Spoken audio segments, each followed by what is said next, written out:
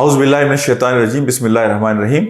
آج لیلۃ القدر کے حوالے سے میں کچھ گفتگو آپ سے کرنا چاہوں گا۔ لیلۃ القدر جس کے بارے میں اللہ سبحانہ وتعالیٰ نے قرآن کی پوری ایک سورہ ڈیڈیکیٹ کی، انا انزلناہ فی لیلۃ القدر وما ادراک ما لیلۃ القدر لیلۃ القدر خیر من الف شہر تنزل الملائکۃ والروح فیہا باذن ربہم من کل امر سلام ہی حتی مطلع الفجر۔ لیلۃ القدر کے حوالے سے پہلی بات تو یہ ہے کہ دیکھیں، یہ بڑی رحمتوں والی رات ہے، یہ بڑی برکتوں والی رات ہے، یہ بڑی عظمتوں والی رات ہے، اور یہ جو آئندہ آنے والے چند دن ہیں، ان دنوں کی ہمیں بھرپور پلاننگ کرنی ہے۔ اور آج میں اسی حوالے سے آپ سے گفتگو کرنا چاہتا ہوں کہ آپ یہ بات دیکھیے کہ اللہ سبحانہ و تعالیٰ نے اس میں ہمارے لیے جو رحمتیں رکھی ہیں انہیں ہم کس طرح سے حاصل کر سکتے ہیں، کس طرح میکسیمائز کر سکتے ہیں اس کے اجر کو اور امکانات کو کہ ہم لیلۃ القدر کو پالیں۔ انشاءاللہ وہ ٹپس میں آپ کے ساتھ شیئر کروں گا۔ سب سے پہلے تو یہ دیکھیے کہ اللہ نے نبی پاک صلی اللہ علیہ وسلم کو یہ بات کیوں بھلا دی کہ لیلۃ القدر کا تعین ہو جاتا۔ اگر لیلۃ القدر کا تعین ہو جاتا تو پھر ہم سب ایک ہی رات پر اسٹرک ہو جاتے۔ اللہ کے ہر کام میں خیر ہے۔ اللہ جن چیزوں کو اوپن چھوڑ دیتا ہے، اوپن اینڈڈ، وہ ہمارے لیے اس میں بہت سارے آپشنز نکل آتے ہیں، ہمارے لیے بہت سارے خیر کے پہلو نکل آتے ہیں، اس میں ہمارے لیے زیادہ بھلائی اور اللہ کا فضل ہمارے لیے نکل آتا ہے۔ بیشتر علماء نبی پاک صلی اللہ علیہ وسلم کی اس حدیث کو بیس کرتے ہیں کہ جس میں آپ نے کہا کہ لیلۃ القدر کو رمضان کی آخری 10 راتوں میں تلاش کرو، اور بیشتر علماء کا یہ بھی موقف ہے کہ یہ لیلۃ القدر کی رات جو ہے یہ روٹیٹ ہوتی ہے، کبھی یہ 27ویں بھی ہو سکتی ہے، کبھی یہ 25ویں بھی ہو سکتی ہے، کبھی یہ 21ویں بھی ہو سکتی ہے، کوئی بھی رات ہو سکتی ہے۔ ویسے تو بعض علماء یہ کہتے ہیں کہ رمضان کی کوئی بھی رات ہو سکتی ہے، لیکن زیادہ تر لوگوں کا خیال یہ ہے کہ آخری جو 10 راتیں ہیں وہ بڑی اہم ہیں۔ امام رازی نے اس کے حوالے سے ایک بڑی اچھی وضاحت کی۔ انہوں نے کہا کہ دیکھیں، نبی پاک صلی اللہ علیہ وسلم ایک مرتبہ مسجد نبوی میں تھے تو آپ صلی اللہ علیہ وسلم نے حضرت علی رضی اللہ تعالیٰ عنہ کو کہا کہ یہ صحابی جو سو رہے ہیں انہیں جا کر اٹھا دو نماز کے لیے۔ حضرت علی نے نبی پاک صلی اللہ علیہ وسلم نے کہا کہ اللہ کے رسول، آپ ہمیشہ خیر کے معاملے میں پہل کرتے ہیں، تو آپ نے اس فرد کو نہیں اٹھایا، آپ نے مجھے کہا کہ تم جا کر اٹھا دو۔ تو آپ صلی اللہ علیہ وسلم نے فرمایا کہ اگر میں جا کر اسے اٹھاتا اور یہ اپنی غفلت یا سستی کی وجہ سے مجھے منع کر دیتا تو یہ کفر ہو جاتا، اس سے یہ بہت بڑا گناہ ہو جاتا اس سے۔ تمہیں اگر یہ منع کرے گا تو اس میں صرف ایک غفلت یا سستی کا پہلو ہوگا۔ تو اس میں امام راضی کہتے ہیں کہ اگر یہ تعین ہو جاتا کہ یہ رات شب قدر کی رات ہے اور اگر کوئی مسلمان اسے اگنور کرتا اپنی سستی کی وجہ سے، اپنی کاہلی کی وجہ سے، تو وہ کتنے بڑے گناہ کا مرتکب ہوتا۔ تو یہ اللہ کی رحمت ہے کہ اللہ نے اس رات کا تعین نہیں کیا، یعنی دونوں طرح سے رحمت ہے۔ ایک تو رحمت یہ ہے کہ ہم ایک رات پر جا کر اسٹک نہیں ہو گئے، اب ہم اسے 10 راتوں میں تلاش کریں گے، اب 10 راتوں میں ہم قیام کریں گے، قرآن پڑھیں گے، اللہ کی عبادت کریں گے، اللہ سے دعائیں کریں گے، اللہ سے استغفار کریں گے۔ آپ یہ دیکھیے کہ ہمارے حسنات جو ہیں ہم کتنے حاصل کریں گے۔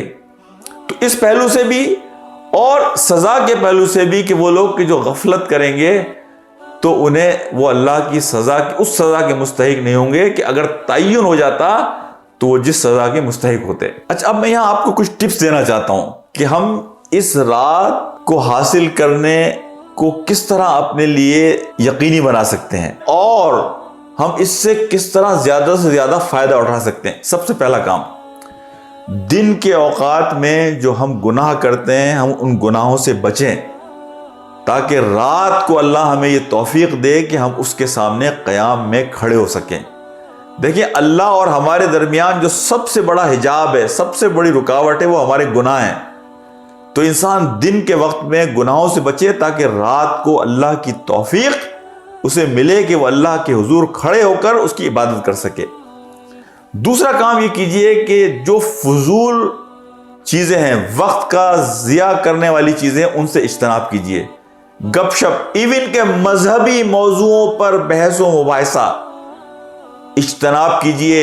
ٹائم ویسٹرز جو ہیں ان سے بھاگیے، سوشل میڈیا کو بند کر دیجئے، دنیا کو کچھ نہیں ہوگا، دنیا جہاں ہے وہیں کھڑی رہے گی۔ تیسرا کام یہ کیجئے کہ جو نبی پاک صلی اللہ علیہ وسلم کی حدیث ہے، جس میں آپ صلی اللہ علیہ وسلم نے فرمایا کہ اللہ کو یہ بات زیادہ محبوب ہے کہ تم عشاء اور فجر کی نماز جماعت کے ساتھ مسجد میں پڑھو، اس کے مقابلے میں کہ تم رات بھر قیام میں کھڑے رہو۔ تو یہ کوشش کیجئے کہ ان 10 راتوں میں کہ آپ عشاء اور فجر کی نماز جماعت کے ساتھ مسجد میں پڑھیں۔ یہاں دوسری حدیث میں آپ کے ساتھ شیئر کروں گا، جس میں آپ صلی اللہ علیہ وسلم نے فرمایا اگر کوئی شخص امام کے پیچھے قیام کرتا ہے، یعنی رات کی نماز پڑھتا ہے، اور وہ اس وقت تک امام کے ساتھ شامل رہتا ہے جب تک امام اپنی نماز کو ختم کرے، تو وہ اس طرح ہے جس طرح اس نے پوری رات قیام کیا، پوری رات کو اللہ کی عبادت میں کھڑا رہا۔ اب دیکھیں اس کو میں آپ کو بتاؤں، یعنی آپ تراویح میں شامل ہوئے امام کے ساتھ، اور امام کے ساتھ آپ شامل رہے اس وقت تک کہ امام نے وتر کی نماز پڑھ لی، تو آپ صلی اللہ علیہ وسلم یہ خوشخبری دے رہے ہیں کہ اس طرح ہے کہ تم نے رات بھر اللہ کے حضور قیام کیا۔ یہ ایک اور صورت ہو سکتی ہے کہ جس کے لیے ہم لیلۃ القدر کو پا سکتے ہیں۔ ایک اور کام ہمارے کرنے کا یہ ہے کہ استغفار کی کثرت، یعنی اللہ سبحانہ و تعالی قرآن میں جو بات فرماتے ہیں کہ وَبِالْأَسْحَارِ هُمْ يَسْتَغْفِرُونَ، کہ اللہ کو وہ لوگ محبوب ہیں کہ جو رات کے آخری پہر یعنی ڈان کے وقت، فجر سے پہلے کے وقت میں اللہ سے استغفار کرتے ہیں۔ یعنی ہم جب اٹھتے ہیں سحری کے لیے، اس سے پہلے اٹھ کر اللہ سے استغفار کرنا، اپنے آپ کو سجدے میں ڈال دینا، توبہ کرنا، یعنی یہ استغفار کی کثرت ان 10 دنوں کے اندر۔ اچھا، یہاں ایک اور چیز کی کوشش کی کہ چلتے پھرتے اللہ کے ذکر میں اپنے آپ کو مشغول رکھیے۔ یعنی بے شمار وقت ہوتا ہے کہ ہم لائن میں کھڑے ہیں، ہم کوئی اور کام کر رہے ہیں، ہم بس میں بیٹھے ہیں، یا چلتے پھرتے اپنی زبان کو اللہ کے ذکر سے تر رکھیے۔ قرآن سے اپنے تعلق کو ان 10 دنوں میں بڑھائیے، یعنی قرآن کی تلاوت اور قرآن کے ساتھ اپنے آپ کو جوڑنا، قرآن کے لیے آپ کا ڈیڈیکیشن، قرآن کی تلاوت میں اضافہ کیجئے۔ اور ایک اور کام کرنے کا ہے کہ دعاؤں میں اپنے اضافہ کیجئے۔ دیکھیں، جب حضرت عائشہ رضی اللہ تعالیٰ عنہا نے آپ سے پوچھا کہ اگر میں یہ رات پالوں تو میں کیا کروں، آپ نے کہا کہ اللہ اگر تمہیں یہ توفیق دے کہ تمہیں لیلۃ القدر مل جائے تو تم اللہ سے دعا کرو، اللہم انک عفو تحب العفو فاعف عنی، یعنی اللہ سبحانہ و تعالیٰ آپ جو ہیں وہ معاف کرنے والے ہیں اور آپ معاف کرنے سے محبت کرتے ہیں، تو میں آپ سے یہ دعا کرتا ہوں کہ آپ مجھے معاف کر دیں۔ تو دعاؤں کی کثرت ان 10 دنوں کے اندر، اور نبی پاک صلی اللہ علیہ وسلم کی اس حدیث کو یاد رکھیں کہ اللہ روزے دار کی ایک دعا کم از کم دن کے وقت اور ایک دعا رات کے وقت ضرور قبول کرتا ہے۔ یہ سید قطب رحمۃ اللہ علیہ نے اپنی تفسیر میں حدیث کا حوالہ دیا نبی پاک صلی اللہ علیہ وسلم کی۔ تو ان 10 دنوں میں دعاؤں میں اضافہ کیجئے۔ ایک اور کام جو کرنے کا ہے وہ یہ ہے کہ اللہ کے راستے میں خرچ کیجئے، چیریٹی، صدقہ۔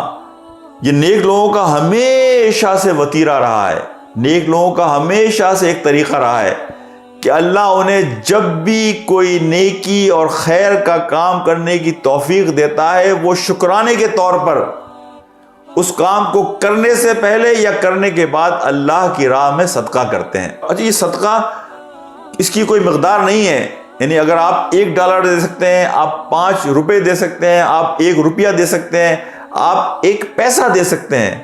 اللہ کے یہاں ویلیو مقدار کی نہیں ہے، اخلاص کی ہے، اخلاص کی ہے، اس فکر کی ہے جو فکر آپ کو اس بات پر راضی کرے کہ آپ اللہ کے راستے میں خرچ کریں۔ ان 10 دنوں میں اس بات کا بھی اہتمام کیجئے کہ اللہ کے راستے میں خرچ کرنے میں اضافہ کیجئے۔ ایک اور کام کرنے کا ہے کہ اپنے سجدوں کو بڑھائیے، وسجد واقترب، کہ جو سجدے کرنے والے ہیں وہ کامیاب ہو جاتے ہیں۔ اپنے سجدوں کی تعداد کو، اپنے سجدوں کے دورانیوں کو، سجدوں میں گر کر اللہ سے توبہ اور استغفار کو، سجدوں میں اللہ کے سامنے آنسوؤں کے ذریعے اپنے گناہوں کو صاف کرنے کو، اس چیز کے اندر اضافہ کیجئے۔ ایک اور کام جو ہمارے کرنے کا ہے کہ فجر کی نماز سے پہلے اللہ کے ذکر میں اضافہ کیجئے۔ آپ فجر کی جماعت کے لیے انتظار کر رہے ہیں، ان لمحوں کا بہترین استعمال یہ ہے کہ اس میں اللہ کے ذکر میں اپنے آپ کو مشغول رکھیے. کوئی پتہ نہیں ہے کہ وہ آخری جو لمحات ہیں وہی آپ کے لیے لائف چینجر ہوں. انہی میں اللہ نے آپ کے لیے ایسی برکت رکھی ہو کہ آپ کی زندگی میں انقلاب آ جائے, آپ کو اللہ معاف کر دے, آپ سے اللہ خوش ہو جائے. تو ان لمحات کو جو فجر کی نماز سے پہلے کے چند منٹ ہیں انہیں اللہ کے ذکر میں گزارنے کی کوشش کیجیے. مقصد یہ ہے کہ ان 10 دنوں میں ایک ایک لمحے کو ایمان اور احتساب کے ساتھ گزاریے. نبی پاک صلی اللہ علیہ وسلم کی حدیث ہے کہ جس نے لیلۃ القدر پائی اور اسے ایمان اور احتساب کے ساتھ گزارا, اللہ اس کے سارے پچھلے گناہ معاف کر دے گا. ایمان سے مراد یہ ہے کہ اللہ پر ایمان, اللہ کی توحید, نبی پاک صلی اللہ علیہ وسلم کا مقام, آخرت کی فکر, یعنی ایمان کے جو عنوانات ہیں انہیں اپنے ذہنوں میں تازہ کیجئے کہ میں ایک مسلمان ہوں. اللہ پہ توحید کا مطلب کیا ہے, نبی پاک صلی اللہ علیہ وسلم پر ایمان کا مطلب کیا ہے, میری زندگی میں کوئی تضاد نہیں ہونا چاہیے, میں اللہ کے رسول کی زندگی کے مطابق اپنی زندگی کو بنانے کی کوشش کروں, اور آخرت میری فکر ہونی چاہیے. اس ایمان کے ساتھ احتساب کی سارے کام میں کر رہا ہوں صرف اللہ رب العالمین کو راضی کرنے کے لیے. دیکھیں اسلام کا جو تربیت کا نظام ہے نا, اس کے بارے میں سید قطب نے جو فی ضلال القرآن میں بات لکھی ہے کہ اسلام جو ہے نا عبادات کو کنیکٹ کرتا ہے انسان کے دل, انسان کے جذبات اور انسان کے احساسات کے ساتھ. یعنی عقائد کو پریکٹیکلی وہ آپ کے جذبات, احساسات اور دل کے ساتھ کنیکٹ کر دیتا ہے. اور تربیت کا یہی بہترین نظام ہے کہ جب آپ اللہ کا ذکر کر رہے ہیں, ذکر صرف زبان سے نہیں ہو رہا ہے بلکہ آپ ایموشنلی, فزیکلی, مینٹلی آپ پوری طریقے سے اس ذکر میں اپنے آپ کو مشغول کرتے ہیں. آپ کا جسم محسوس کرتا ہے کہ آپ اللہ کے ذکر میں مصروف ہیں. یہاں میں ایک اور بات کروں گا, میں یہ درخواست کروں گا, کوشش یہ کیجئے کہ اس رات اگر ممکن ہو سکے تو زیادہ وقت آپ اکیلے میں, خلوت میں اللہ کے ساتھ گزاریے, کہ جہاں آپ ہوں اور اللہ رب العالمین ہو اور آپ کے آنسو ہوں اور آپ کا گڑ گڑانا ہو اور آپ کی توبہ ہو اور آپ کا استغفار ہو اور آپ کے سجود ہوں. اکیلے میں آپ اللہ سے مناجات کر رہے ہوں, اکیلے میں آپ اللہ سے گفتگو کر رہے ہوں. تو خلوت میں ان راتوں میں اللہ سے تعلق کو بنانے کی کوشش کیجئے. اگر آپ یہ سمجھتے ہیں کہ آپ شاید کاہلی کی وجہ سے, سستی کی وجہ سے نہ جاگ سکیں تو مسجد چلے جائیے, لیکن کوشش کیجئے کہ مسجد میں بھی کسی کونے میں جا کر بیٹھ جائیے. دیکھیں اپنے گناہوں کو اپنے آنسوؤں سے دھونے کی کوشش کیجئے. یہ رات ہے کہ جس رات میں سجدے میں گر کے اللہ سے معافی مانگنا, استغفار کرنا, توبہ کرنا, اللہ کے سامنے گڑ گڑانا, اللہ کے سامنے آنسو بہانا, اللہ سے معافی مانگنا, تاکہ اگر آپ اس رات کو پا لیتے ہیں تو انشاءاللہ اللہ سبحانہ و تعالیٰ آپ کو معاف کر دیں اور آپ کے پچھلے گناہ معاف ہو جائیں اور آپ کے درجات بھی اللہ کے حضور بلند ہو جائیں.